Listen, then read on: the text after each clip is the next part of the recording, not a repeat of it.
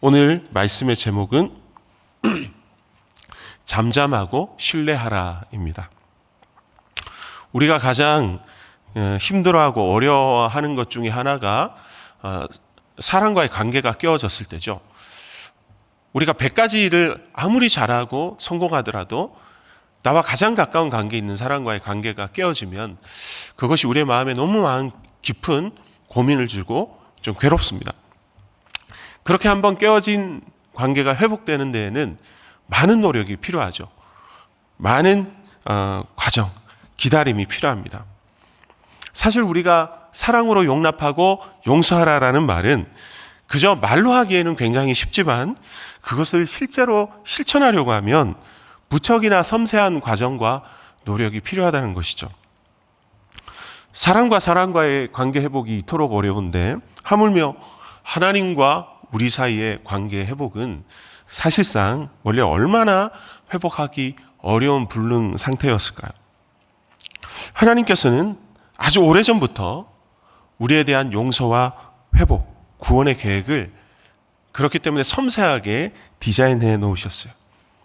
하나님은 우리와의 관계를, 그 가치를 아들의 죽음이라는 엄청난 대가로 증명하셨어요.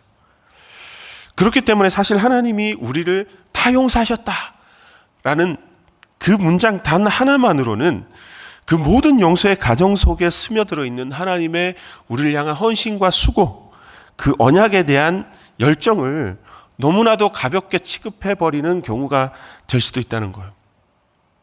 그렇기 때문에 우리는 성경에서 반복적으로 말씀하고 계시는 우리 죄의 심각성, 그리고 그의 위대한 공의의 심판, 그리고 용서와 구원, 그까지의 전체 그림을 늘 함께 기억하고 묵상해야 하는 것입니다. 오늘 본문을 통해 하나님께서는 이스라엘의 죄를 고발하시고 이스라엘의 손을 잡아 이끌어 심판대 위에 세우십니다. 크게 세 부분으로 나눌 수 있는데요. 1절에서 7절까지 보면은 애국과 헛된 맹약을 한 이스라엘에 대해서 강하게 책망하고 계십니다. 그리고 8절에서 14절까지를 함께 보면 애굽으로 향했던 이스라엘의 손을 잡아 이끄셔서 심판대 위에 세우셔서 심판받게 하시는 모습이 나옵니다. 그리고 15절에서 17절까지 보면 너희가 그 심판을 피하지 말고 그 자리에서 조용히 돌이켜 잠잠하고 신뢰함으로 힘을 얻으라고 말씀하고 계십니다. 1절에 보면 하나님께서는 이스라엘을 부모를 반역한 고집세고 오만한 페류라로 얘기하고 있습니다. 그들은 하나님을 배제한 채 자신들이 다르게 살아날 방도를 찾아 헤매고 있었어요. 여기서 1절에서 말하는 개교는 정치적인 수수를 말하고요. 그리고 맹약이라는 것은 우상을 부어 만든 일종의 종교적 형태를 띤 언약의 모습이라고 할 수 있습니다. 따라서 이 말씀은 정치적으로는 애국과의 군사적인 이 협약을 통해서, 또 종교적으로는 그들의 우상을 혹은 애굽을 신으로 섬기면서 그들과 협약을 맺은 그들의 전략을 볼 수 있어요. 그래서 이스라엘은 그 치열한 국제 정세 속에서 그렇게 살아남기를 원했던 거예요. 2절을 보면, 문장 그대로를 보면 바로 안에서 스스로 강하게 하려 한다고 얘기하는데요. 사실 이것은 문장적으로 보면 모순이죠. 바로 안에서 스스로 강해진다는 것은 앞뒤가 맞지 않는 말이라는 거예요. 그들은 하나님을 벗어나기 원했지만 오히려 홀로 서는 것이 아니라 다시 또 다른 강한 것에 기대기 원하는 그 간악함과 연약함을 보여주고 있다는 것이요. 바로 그것이 우리의 죄의 본성이라고 오늘 고발하고 계신 거예요. 그리고 그들은 하나님의 입, 즉 말씀을 의지하지 않고 애굽의 그늘을 의지하여 그곳으로 피하려고 했어요. 심지어 3절에 보면 수치라는 단어가 나오는데요. 이 단어는 사실 성경 속에서 어떤 그 약간 음행과 외도의 그림으로도 많이 쓰였던 단어입니다. 바로 이스라엘이 애국과 바람이 나서 벌거벗은 몸으로 수치를, 외도를 들킨 모습과 같은 이 이스라엘의 모습을 하나님께서는 지금 고발하고 계신 거죠. 이 장면을 묵상하면서 어떤 말씀이 떠오릅니까? 바로 에덴 동산에서 수치로 인해서 나무의 그늘 밑에 피해 있는 아담과 하와의 벌거벗은 몸이 생각나지 않으십니까? 그리고 6절에서 7절까지 보면 네겝 짐승이라는 표현이 나오는데요. 이 네겝 짐승은 바로 당시에 나일강에서 서식했던 악어입니다. 이 악어는 애굽을 상징하기도 하는데요. 이 악어 같은 애굽에게 조공을 바치기 위해서 엄청난 생명의 위협을 무릅쓰고 그 악어의 입속으로 멍청하게 걸어 들어가고 있는 이 이스라엘의 이 어리석은 모습을 하나님께서는 한탄하고자 하는 그 마음을 실어서 지금 고발하고 계신 거예요. 저는 오늘 이 말씀을 묵상하면서 이 무지함을 어떻게 할까? 늘 묵상했지만 정말 요즘엔 더 이 이스라엘의 어리석은 무지함이 더 제 마음에 다가오는 것 같아요. 나의 모습은 이런 게 아닐까? 혹은 우리의 모습은 이런 게 아닐까? 오버랩되어 묵상되는 것을 참 피할 수가 없었어요. 근데 하나님께서 이런 수치를 행여나 드러내시려고 하실 때, 그리고 그로 인해 수치를 진심으로 우리가 하나님 앞에서 느끼기 시작할 때가 저는 어떻게 보면 진정한 변화를 추구할 수 있는 기회가 될 수 있다고 생각을 합니다. 이어서 8절을 보면요, 하나님께서는 이렇게 죄로 인해서 무감각하게 무뎌져 버린 이스라엘의 손을 잡아 이끄셔서 심판대 앞에 세우셔요. 그곳은 어떤 곳이죠? 아까 방금 말씀드린 것처럼 우리의 모든 수치와 무지와 죄악이 드러나는 무서운 곳이죠, 사실. 그리고 8절에서 10절까지 보면 하나님께서는 심판장으로 되셔서 사실 수기로 기록하시면서 이들에 대한 법정 진술을 지금 풀어내고 계신다는 거예요. 어떤 얘기죠? 최종 선고와 같은 거예요. 이스라엘은 폐역한 백성이요 거짓말하는 자식들이라고 얘기해요. 그리고 여호와의 법을 듣기 싫어해서 선지자들로 하여금 자기들이 듣기 좋은 말만 하라고 선포하고 상대에게 선지자들에게 거짓을 요구하는 모습이 나온다는 거예요. 그리고 심지어 하나님께서는 이것을 기록해 두어서 후세에 영원히 남기라고까지 말씀하고 계세요. 하나님은 우리의 연약함을 아셔. 우리 스스로 죄에서 헤어나올 수 없는 정말 구제불능의 죄인이라는 것을 아셨다는 거예요. 영원히 기록될 수밖에 없는 죄인이라는 것을 하나님은 아셨다는 거예요. 우리의 이런 적나라한 모습을 사실 가만히 생각해 보면 하나님 앞에서는 전혀 새로운 것이 아니에요. 13절에서 14절까지의 말씀을 보면 그 죄의 대가는 파멸입니다.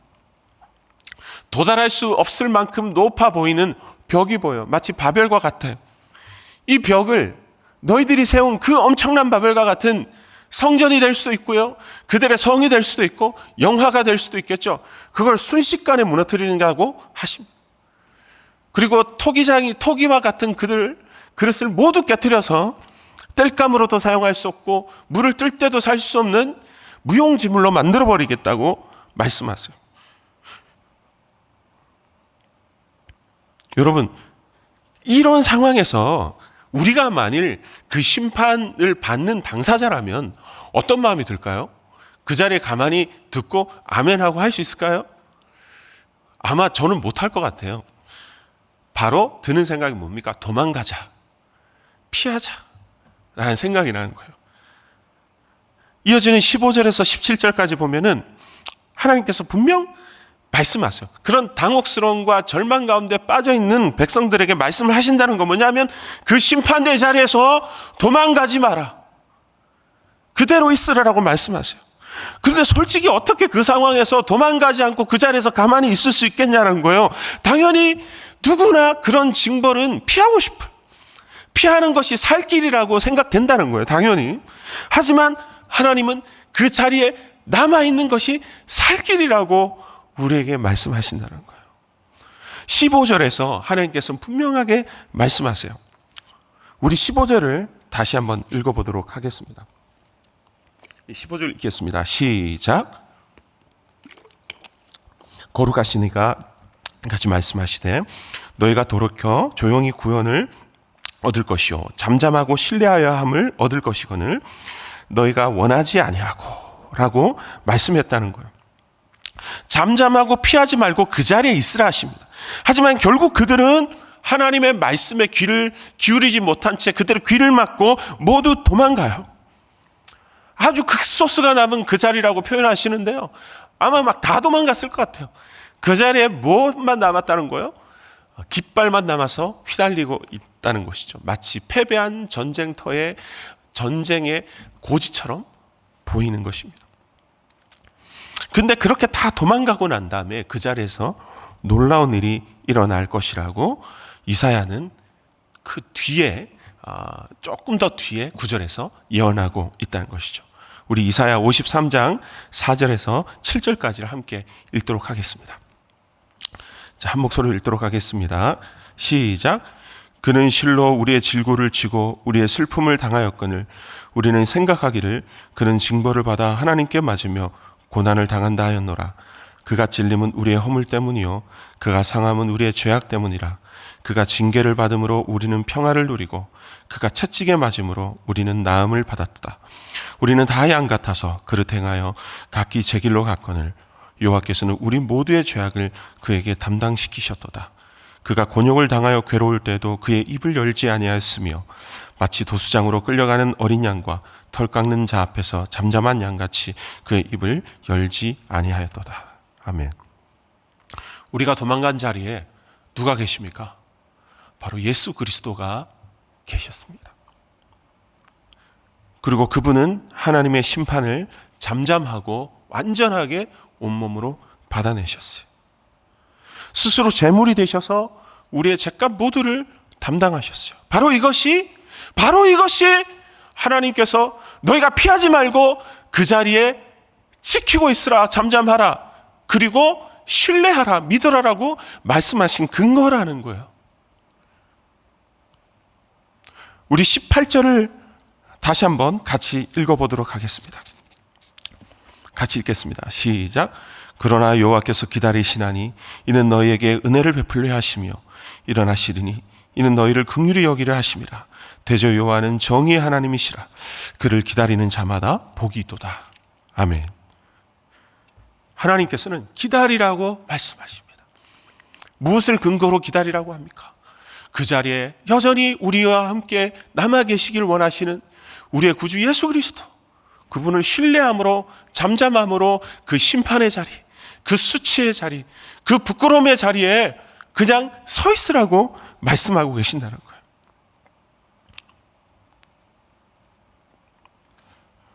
여러분, 말씀을 정리하도록 하겠습니다. 요즘 이 말씀 묵상하면서 정말 마음이 무거웠습니다. 교회가 하나님의 심판대 앞에 선 느낌마저 들 정도입니다. 여러 가지 생각과 감정이 끊임없이 제 마음 안에 교차하고 때로는 마음을 추스르기도 쉽지 않았습니다. 우리 성도님들에게 또 이 말씀을 도대체 어떻게, 어떤 방향으로, 어떤 말로 또 위로를 더 계속해야 할지도 모르겠고, 정말 신방 때마다 말씀하는 그 성도들의 마음의 답답함과 무게를 어떻게 해야 될지 몰랐어요. 근데 오늘 말씀을 묵상하면서, 오늘 말씀에 집중하면서 다시 한번 이 말씀을 나누고 싶었어요. 하나님께서 허락하신 우리의 이 자리가 참 버겁고 쉽지 않을 수 있지만 그 자리에서 도망하지 말고 100마디 말보다는 하나님을 신뢰함으로 조용하게 잠잠하게 우리의 각자의 자리에서 설 때라는 생각이 들었습니다. 비록 억울하고 분노가 치밀어 오르고 화가 나지만 어쩌면 이런 비극이 우리의 상황에 단순간에 즉흥적으로 벌어진 것이 아니라 그동안 우리가 방관하고 무관심하게 쌓아왔던 우리의 연약함들, 치부들, 그런 것들이 아닐까라는 것을 생각하면서 우리가 정말 하나님 앞에 겸비하여 진심 어린 긍휼을 구할 때가 아닐까라는 생각이 들었습니다. 혹여나 세상 앞에 인정해야 될 우리의 부끄러운 치부가 있다면 지금 주님께서 드러내시는 우리의 연약함을 있는 그대로 인정하고 피하지 않기 원합니다. 그 아들 예수 그리스도의 십자가의 사랑을 겸손히 의지합시다. 우리 주님께서 그곳에서 우리와 함께 하신다는 거예요. 우리 예수님은 우리와 다른 분이십니다. 그것이 너희의 책임이라, 너희가 온전히 다 담당해야 할 것이라라고 다 떠맡기고 회피하시고 도망가시는 분이 아니라는 거예요. 그것이 다 나의 것이라고 얘기하시고 그것을 함께 껴안으시고 그 심판의 자리에 우리와 함께 서 계시는 인자와 자비와 긍휼이 무궁하신 분이시라는 거예요. 우리가 보고 싶은 것이 아니라 정말 우리에게 보여주시기 원하는 그 하나님의 그림을 볼 수 있는 눈을, 그 겸손한 눈과 마음을 달라고 우리가 기도해야 할 것이요.